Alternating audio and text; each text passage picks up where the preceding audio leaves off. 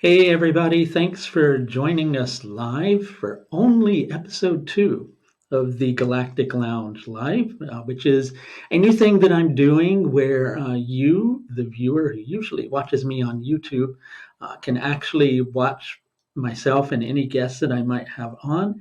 And at a certain part of the program, you can call in and connect to us over your computer, much like you're probably doing in Zoom sessions these days, and ask any questions you might have about the topic matter that we're having.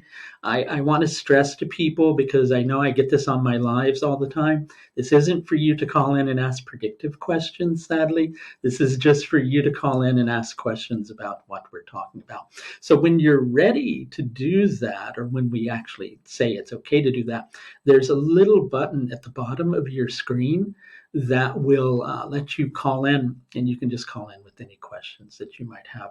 So I have as my special guest with us today, Melissa Amos of Melissa Amos Intuitive Guidance and Healing, and we're going to talk about the concept of Life-o-Mancy, which some of you may not even know what it is, because it's a term that I think somebody I once encountered might have made up.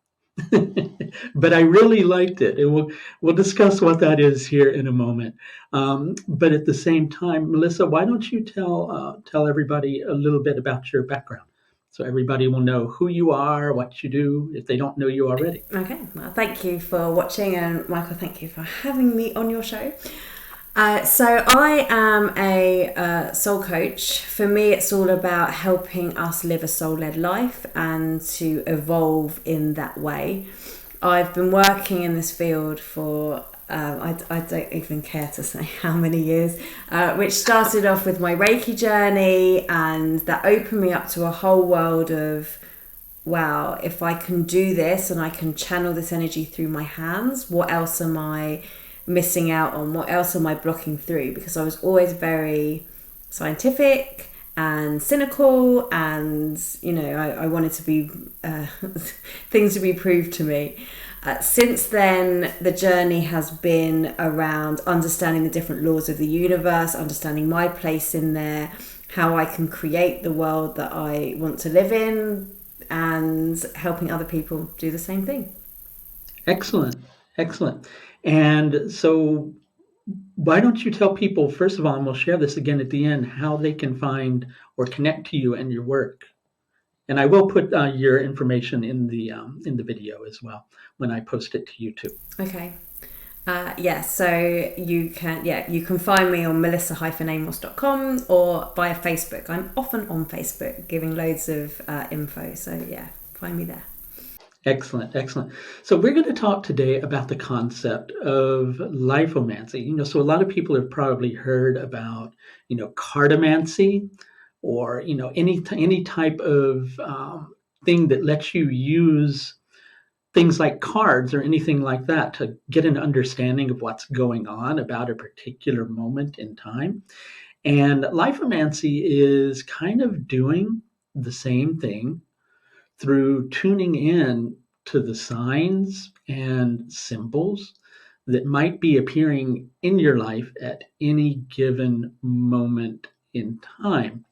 The universe speaks to us in so many different languages, and it tends to speak to us in the language that we each know most fluently. And I'm not necessarily talking about, English or French or Spanish. I'm talking about the sets of symbols that you might be more aware with. Like for myself, it's astrology and working with the Nakshatras of Vedic astrology.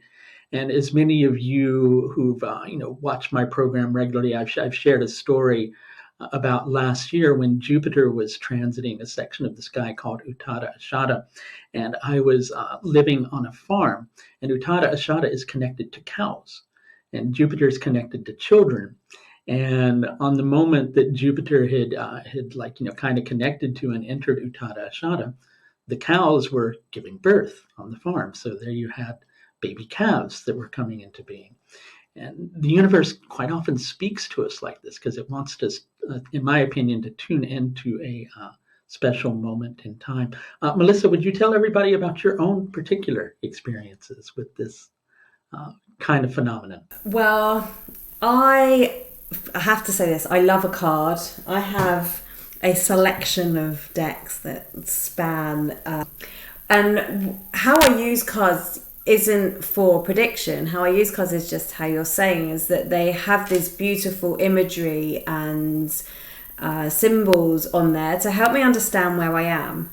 And for me, it helps me understand whatever's going on in my head, or whatever feelings that I'm having, or if I'm confused about something. It gives me something outside of myself that I can look at and go, okay, this is what it's trying to tell me, or I can interpret it, or I can kind of move it outside of my head. So that's one thing. But I'm going to say this, that I think, or I've experienced, that it's like the world is one giant tarot deck. That all the time the universe is speaking to us and communicating with us and sending us signs or synchronicities or symbolism to help us understand where we are. And as long as you put that intent out there, and what I mean by that, it's being open to the synchronicities and the signs that are available to you, then the universe will respond. I'm going to give you one example. This isn't so much a visual symbol, but it's not just about visual. It's everything. We work through our senses. Like you just said, the universe speaks to us in a language that we know. We each have a dominant sense that we feel more comfortable with, or that we tune into more. And so once I was considering, after I'd had a series of signs, other things, the lorry goes past with "just do it" on the sign or whatever. I remember some years ago I was in my kitchen and I just had this thought. I was like, I wonder if the angels can speak to you through the radio. And I just put that out there. I don't know why I thought. I must have read something that said that. And I put it out there and I got in my car. I got 10 minutes down the road. The radio was on. And Annie Lennox came on singing, "There must be an angel playing with my heart." And I was like, what? And then it's, "Must be talking to an angel." And I was like, oh my gosh, like this is literally the answer in no uncertain terms to the question that I just put out. So do I think the universe talks to us through symbols? Yes, I do. Well, something really interesting to share on that level. I always called that concept radio I Ching, right? It's where you're like, listening to the radio or hearing a piece of music and it has some symbolic meaning to you. When I think I was probably like 14 or 15. I had been out with my mother for the day, and we came home, and she had left the radio on. Right, I grew up in the South of the U.S., and we went to open the door to her bedroom. All the plaster had fallen from the ceiling, and it was on the floor. And the radio was playing, and the Patsy Cline song "I Fall to Pieces" was on the radio. And because that was going on, there was absolutely no way we could get upset about the plaster falling from the ceiling. It just took that, otherwise thing that you might go, "Oh my goodness," and it turned it into a really positive thing. But, aside from that, the universe gives us messages in that way too. And, it's interesting because you can see predominant, regardless of how you tune into those messages, or your most favored message or method of way of doing that, you can really kind of pick up on those symbols in your everyday life. And yes, it is a matter of whether you're open to doing that. And a funny thing that I find that happens is the more open you are to doing that, then the more, it will begin to do it for you. Yeah. But one of the things that I do when I teach Vedic astrology is I teach the concept of Nakshatras, which are, for people who don't know what that is, they're kind of like smaller subdivisions of zodiac signs, but there's something, completely different than that too. At the same time, it's just the easiest way to grasp onto it. And I often teach people that if you really kind of tune in to the symbolism of what each of those is about, then you'll notice every day you'll start seeing little signs and symbols. Like there's one specific nakshatra, Ashwini nakshatra, that's connected to horses. And quite often on the days that the moon's in Ashwini, thoughts or concepts of horses will come to mind, or you'll encounter a horse, or you'll notice a horse. And I always say those are kind of like the universe's bookmarks, in terms of saying, hey, pay attention to this. There's something for you to gain in this particular moment. And this is an important point, because I don't think the universe is dictating to you what to do. We have free will, and we can always go and choose to ignore it or take on that advice. But the more you, it's like for me, the more signs and synchronicities that I come across in a day or a week, it's not so much like, oh, the universe is like, go this way, go this way. It's this reassurance that, yeah, you're on your path. Yes, you're taking your step. Yes, we are with you. Yes, you are being supported. And it's like the more aligned you are to soul, to self, to truth, the more of this will come. Because imagine, okay, there's a few things. One, the universe will speak to you through your internal representation. So you're talking about the horses. In those days, where the horse is dominant, you might start to have daydreams of a horse, or you might get a song in your head about a horse, Black Beauty comes in your head or whatever. And these are these internal representations which are quite easy to ignore. They're our signs are coming in, we're receiving that in what way, and we're creating an interpretation. However, we live externally so much nowadays. We're so much outside ourselves, and there's so many distractions, that how clever is it that the universe will create a physical manifestation, or a physical sign, the horse literally trotting past you. Imagine how I had to be in the right place, they had to be in the right place, their rider had to be in the right place. Like everything had to coordinate in order for us to cross that way. Right? Exactly. And several different types of karma all coming together at that particular moment, because you're coming across their path and that represents something to them, and they're coming across your path and it represents something to you. And that's a concept that's exceptionally vast. It's interesting because you were touching on the concept of free will, which is a discussion I always love having with people. There's a specific nakshatra in Vedic astrology. It's called Maga Nakshatra, and Maga is symbolized by these deities called the Patara, or the Petries, and what they are is they're the ancestral deities. And what they do is they act like subtle guardian angels that are there to kind of give us a message. But the thing is they can only do that in really subtle manners. They're not allowed to kind of come right out and go, hey, you're supposed to get this, or hey, you're supposed to get that. They can only drop hints, because that whole concept of dropping hints means that the individual who's meant to pick up on those hints has their sense of individuality strengthened. Now, I'm going to go into that for a second, because quite often when we speak of the concept of ego, people want to think of ego as being something that's bad or something that's horrible, when there's a flip side of that, which is your own sense of individuality, which is very, very important. Because when you're trying to navigate through the experience of, consciousness and everything that it entails, and, working through your relationship to your own individual consciousness, and that's relationship to, the universe in whole, it's a pretty blinding concept to have to try to work through. And if there's not a strong sense of who you are and what you're here to do, you can very quickly get swallowed up in the intensity of it before you're really ready to kind of go through that particular experience itself. So I've always kind of had the philosophy that free will on a certain level is most definitely something that we have. But if you understand the concept of each individual having the divine within them, if we look at the concept of, is whatever we choose to call it. And when I say God, I'm not talking about I'm not excluding it to some bearded guy sitting up in the sky or to any religion or anything like that necessarily.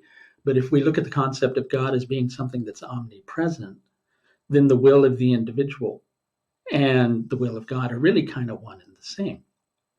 So the concept of individual will is, to a certain level, it can relate to the limit of our consciousness to tap into that, right? So if we're functioning from that particular way of being, then, it's this thing of going, how am I ready to fully open up to that experience? Am I ready to fully kind of tap into it? So until your psyche is really in that space where it's ready to open up to it in totality, you need the illusion of free will to kind of keep you grounded here in the body while you're working through those experiences and going through all of it. Sorry, I just went on for I love that. There for a good amount of time. I could listen to that all day. What are your thoughts on free will? My thoughts on free will. I do think that we create the universe that we live in. I think that the universe responds to not just our thoughts. Or what I've said. So I can't just say Ferrari, Ferrari, Ferrari, and the Ferrari turns up in my driveway. Exactly. However, it's funny I say about the Ferrari, because I was having this conversation with someone the other day, and it's like, well, if you really bring that into your vision and your awareness and you feel it and you put energy into it, the Ferrari will show up in some way or another. I swear to you, since that day I have seen 3 Ferraris. Like, when do you see them? Because I've been putting the energy in. So they're showing up. They're not on my driveway, but they're showing up like in my vicinity and in my awareness. So in some way, I'm bringing that in. The universe is bringing that through. Anyway, so in terms of how that works with free will, it's like I can have the will theoretically to be able to create anything that I want and to be able to do anything I want. However, we spoke earlier about alignment and the signs and synchronicities. The truth is it in alignment with me and my truth and my divinity that the Ferrari shows up on my driveway? Maybe not. So our mission, I believe, is not to give up free will, because we have free will and we can make choice. And this is why the divine can't come and talk to us unless we put it out there. They can't come and go, oi, look over there, oi, go and do this, because then it is breaking that contract that I call you in, then they can help come and guide me. Now, I think that our mission is to be able to unite our human, our ego, our wants and our desires, and what brings us joy with our truth. So this is our strength. This is our charts. This is our soul plans. This is our essence of, this is my strength. This is my past life influence. This is what I've been working on. This is what my soul wants me to move and grow into. If I can unite those two things, then suddenly what I want, so why do I want free will? Oh, because I want to be able to create what I want to do. I don't want to be told what to do. I want to forge my own path. If I align with my truth and my essence and my divinity, and I awaken that up in me, then these two factors are working together. So then actually the truth isn't that I want the Ferrari, but the truth might be that I want to be seen, or that I want to have pleasure, or that I want to have freedom, or whatever it is that physical, that materialistic item represents for me. I unite those and I put that out. This is what I want to feel. Then my path will start to lead into my destiny. I don't even know if that's the right word, but my evolution. And then maybe then everything's aligned. If the Ferrari is then truly a representation of that to me, and it's benefiting me and others, then maybe it will show up more easily upon my driveway. I don't want a Ferrari, by the way, guys. It's interesting. I had probably a good 2 years of my life where I found myself in this position where I'd have a desire for something, and it would just like it would appear over and over again. But quite often, it would come with baggage attached to it, right? And that taught me a really valuable lesson, which is, quite often the things that you desire or think that are going to be really good for you, and it's okay to desire those things, but it's good to understand that sometimes those things, when they come to you, they have their own set of things attached to them, right? And it's whether going through that experience is worth it for you or whether it's not worth it. I'm a big fan of telling my clients when I work with them, because, and maybe this can lead us into the next section of the program where I wanted to talk a little bit about prediction and like your thoughts on prediction. But I always find that people quite often get caught up in prediction to an extent where, perhaps it's not that healthy for them, and don't really seem to have an understanding of how them as an individual taking certain actions ties in with that whole concept. I'll give a couple of different examples with that. I had a client once who was an elderly man who wanted to move in with his son, and they had found a house, and he was wanting to know, like, if I move into the house, how is it likely going to go? And I was looking at it, astrologically in his chart, obviously, because I'm an astrologer, duh. And what it was showing was, if you move in there now, there's likely going to be feelings of not being satisfied with it, but in another 6 months you'd be happy with it. And so his question to me after that was, he went, oh, so I should wait 6 months before I do it?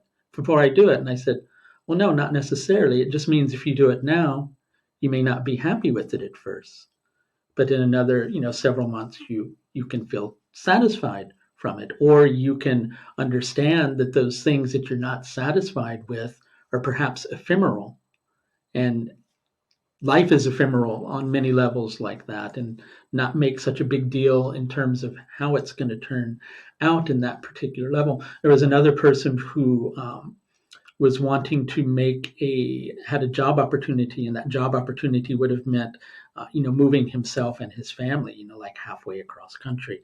And he was going, I don't know if I should do it. And I was going, well, your career chart is showing that if you move, you might be dissatisfied with the position, but if you stay where you are, that same karma is going to come up in your horoscope still.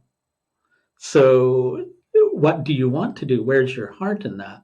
And he goes, my heart's in going after it and making the move so that I feel like I'm engaging. And I'm going, well, there you go, you've come up with your own answer, because really it's ultimately about following your heart. It's not about going, oh, well, there's this type of energy approaching, therefore I should do this to try to avoid it.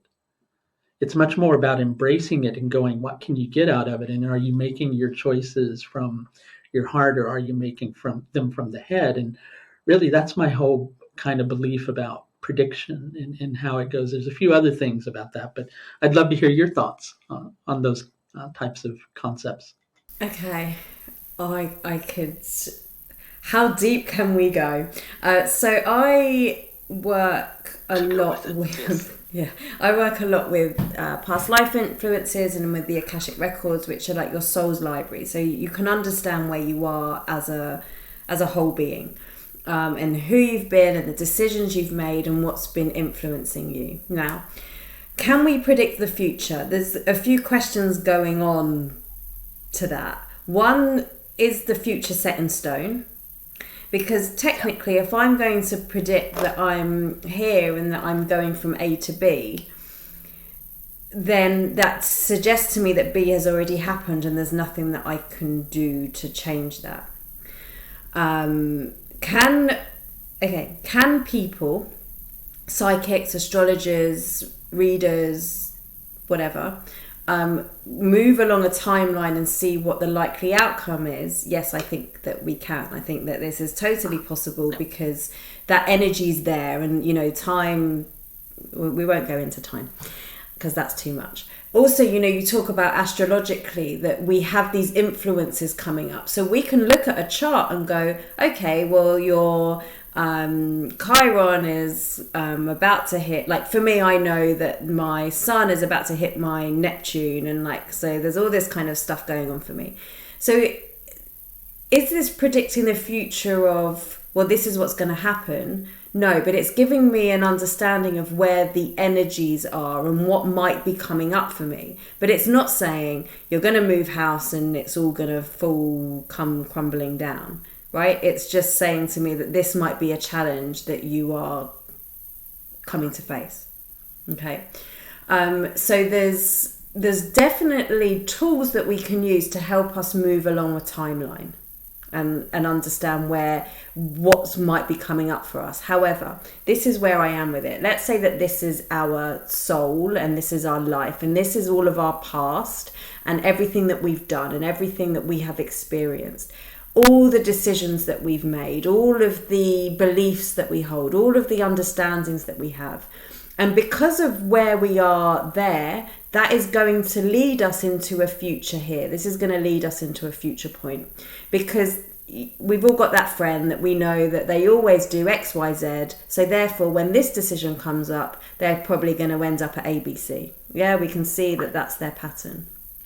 However, does that mean that's set in stone? No. The truth is this is influenced by now. This is what's happening now in the moment. Yeah?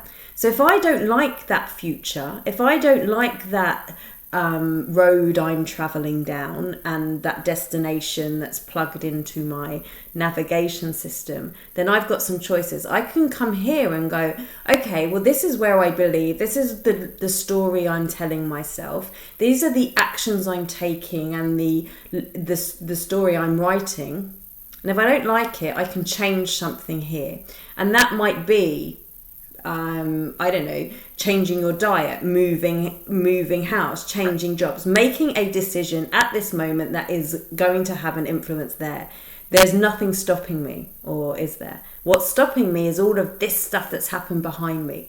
All of this, well, hold on a minute. When I stepped out of a job before in the past, it took me 5 years to find a new one. Or when I got married before, then he stole all my stuff, or, past life stuff. When I stepped into my power, it was stripped away from me, and all that sits in there. So that's influencing my now, which is influencing my future. I can go back in this time, in the now, and I can go, okay, well, this is what happened to me. What energy is healing around that? What karma is sitting around that? What am I holding in my physical body that is reminding me or informing me to be a certain way? What beliefs do I have that actually were from my great-grandparents that aren't really true anymore? What stories have I been telling myself? And I can go back in there and begin to heal or release or understand or show compassion or let go of or whatever, which what that's going to do is it's going to change the weighting of what's going on. And then it's going to start to move where my prediction, where my future was, it's going to start to move where that is, right? So for me, if you're going for a reading, whether that's astrology, guidance session, soul, whatever, there's all these different names. For me, it's not about, okay, where am I going? Just tell me what's going to happen and where am I going? And, with the job that I do, I have many inquiries that way. I say, look, we can understand where it is that you are heading to, your likely outcome. If you don't like the look of your likely outcome, let's understand where you are, where your soul wants to move you to, where your divinity is going, you can get here, you just need to make this teeny tiny change. And that's going to project you. You're going for a reading, that's what you're looking for. Somebody who can help you in the now rather than tell you about the destiny that is likely. Because I'll tell you this, if someone tells you you're going here and you believe them, Yeah. you're going to go there, because then your actions will be, oh well, they've told me that my job's going to fail, and so my job's going to It's fail. interesting. It's interesting you brought that last point up. I had encountered somebody once who I told them that I was, an astrologer, and I told them what I did, and they were like, they got like a little. I could tell they got a little irritated or bothered, and they told me that they had known someone who had gone to see someone who was, quote unquote fortune teller, and that person had told them that they were going to die within a year, and the person actually did die within a year, but that person spent the last year of their life freaking out about how they were going to go. So rather than just living their life and maybe, they had kind of surrendered to it and they got filled with fear, which, just made the situation worse. And so I believe as people who do any type of intuitive guidance, divination, whatever it is you want to call it, there's a responsibility to choose your words very carefully because words have a profound impact on people, like more so than people quite often imagine. You had mentioned it's funny that you like took out your pen to show that example a moment ago because I do that very same thing all the time because I do a specific type of consultation that involves looking at the nodal axis. In Vedic astrology, we call that Rahu and Ketu. Western astrology, they call that the South Node and the North Node. But what I often find when I do that for people is people quite often get caught up in the concept of past lives, which I don't think is too helpful either, getting too caught up in the past or getting too caught up in the future. And what I always explain to people, because inevitably I'll get a few minutes into doing that type of a reading for a person. And even having explained to them, hey, it's what's most important is, how you're connecting with that now, but I often take my pen and I explain to people, past, present, future, it's all right now. It's all right now in the moment. And I can say that to people at the beginning of talking to them. And inevitably, within like 10 minutes, you'll still get, but wait a second, if this was a previous lifetime, I still do that. And I go, well, yeah. And, here's the reason why. But I like the way you explain that concept, which is, it's about understanding I like to tell people it's about understanding where you're getting stuck in that karmic story and going in and looking at that and going, right, let's understand that. Let's accept that. Let's bring it to my awareness. Let's work on taking the steps forward in order to improve that. So, like, let's say, for instance, somebody had something happen to them, in a previous lifetime where they expressed themselves, and because they expressed themselves, they were put to death, right? That person can carry like a wound inside of them that equates with expressing myself means danger. So I don't want to express myself, but yet they lead a dissatisfied life where one part of them really wants to put themselves out there, but they can't give themselves permission to do it because that fear keeps coming to the surface. So going in and understanding that part of themselves and however they're able to connect to it kind of helps them to understand, hey, just, give some healing or give some energy to that part of yourself that's doing that. So that if you want to, and that's the key phrase, if you want to, in that situation, if your heart is really telling you, hey, I want to express this, I want to do this, then you're able to do that. And I think I like the way you expressed that whole thing of tilting it and changing it in a certain direction. I find quite often people get caught up in the concept that somehow we've done something horrible, so now we're being punished for it. And I've often found in my work with people that really it's much more about whether you can live with your decisions or not, and whether you can get to a space of accepting decisions that you've made and letting go of feelings of guilt surrounding it. I think we have a lot of karma that gets kind of created in our life that's caught up around guilt and like sticking with that guilt and not being able to let go of it and let it release. I think the moment we release that, a profound thing happens. There's just one more concept I want to share, which is in the philosophy I work with, there's the concept of connecting with ancestors, because your ancestors tend to create the conditions for your soul to come into being. So there's like a karmic connection between yourself and your ancestors. And when you understand the dynamic, perhaps, of familial karma, like a karma that comes from your family, like maybe somebody's great grandfather was an alcoholic, then their grandfather was an alcoholic, et cetera, et cetera. It goes down the chain. When somebody along that chain goes, right, enough, it stops with me, I've had enough, it doesn't just stop that from perpetuating forward, it releases it backwards in the chain. Because that thing that was being carried by their progenitors, by their forebears, somehow it gets released too, because it's not, that burden's not going to go forward anymore. So we're doing very profound work by just being aware in the moment of what's going on. And that awareness in the moment and where we're at any given moment is why those concerns about the future are coming up in the first place. It's telling you, pay attention to what's going on in your life, which then leads us back to that original point of symbolism and tuning in and being able to pay attention. Yeah. And I find that the clearer you are about where you want to go.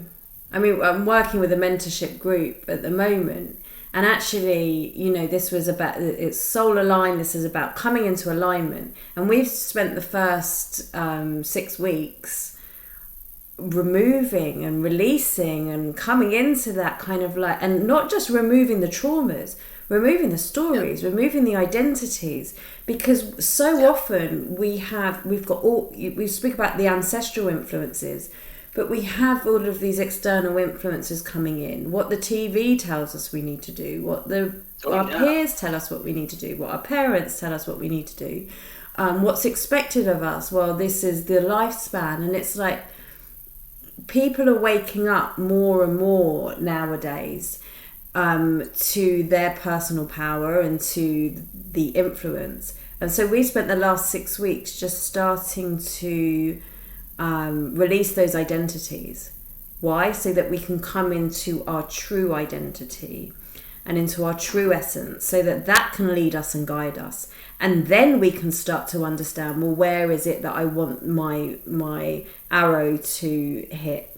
What is my target? What is it that I'm trying to not just heal, but what is it that I'm trying to overcome or move towards or express?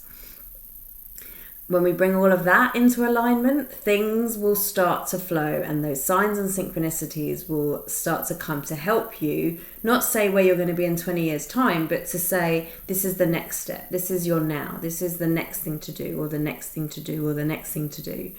And free will, we can take that or not. Yeah, exactly. And there's a phrase I'm trying to, it doesn't make for great watching when a person who's talking sits there and goes, but you need to do that from time to time. And I just was trying to think of a proper way to express something. Where I am with the whole, we started speaking about predictions and then about free will. The thing with a prediction is somebody can tell you something, or you can see a flash of the future. Or whatever it is that is written in the stars, right? And you can see that, and that can be true for the moment that it is. Now, whether you think, yes, this is it, you're told that you're going to run a retreat center in Bali, right? And you're like, yes, this is my dream, and I received it in a vision, and so it's going to happen. Is that a prediction of what's going to happen in the future? Maybe. Now, whatever state you were in when you received that thing exists there in some timeline, in some future going, you can get there if you want to. And that's great.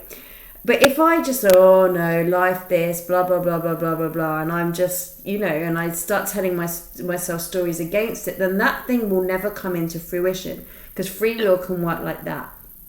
Just like the psychic that says to you, XYZ's going to happen to you, and you're like, oh, I do not want that to happen. Yeah, based on the vibration of where you are, that thing exists somewhere. I'm not saying that it's not true, that this, your, psychic is picking up on something.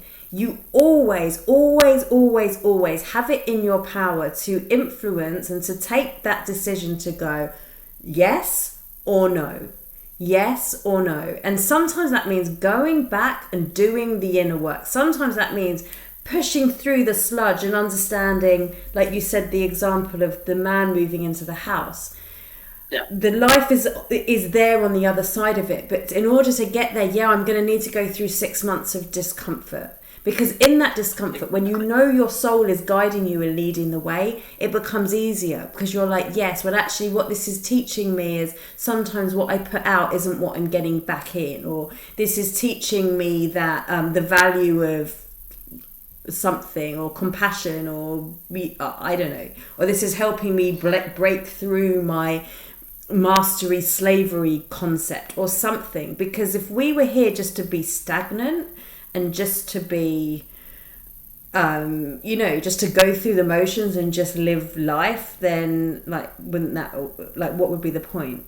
Why would we keep coming back and reincarnating? Which I believe we do. Exactly. I remembered what I was going to say before, which is the concept of, it's okay to change your mind along the way too. Right? So in other words, let's say you were using the analogy where you're going, here's where I want to go.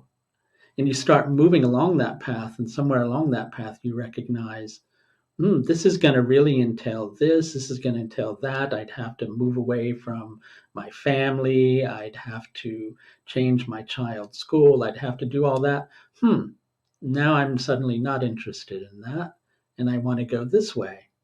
But at least I'm deciding from the heart. And I'm deciding from my core ethics, and where my intuition is guiding me, and where the information that I'm getting at that particular moment in time is trying to guide me. And that ultimately is where the concept of Life-o-Mancy can be really helpful, which is just paying attention to the signs and signals, being present, recognizing when you're having concerns about the future. What are those concerns about the future based on in the moment? What can you do at that moment in time, right?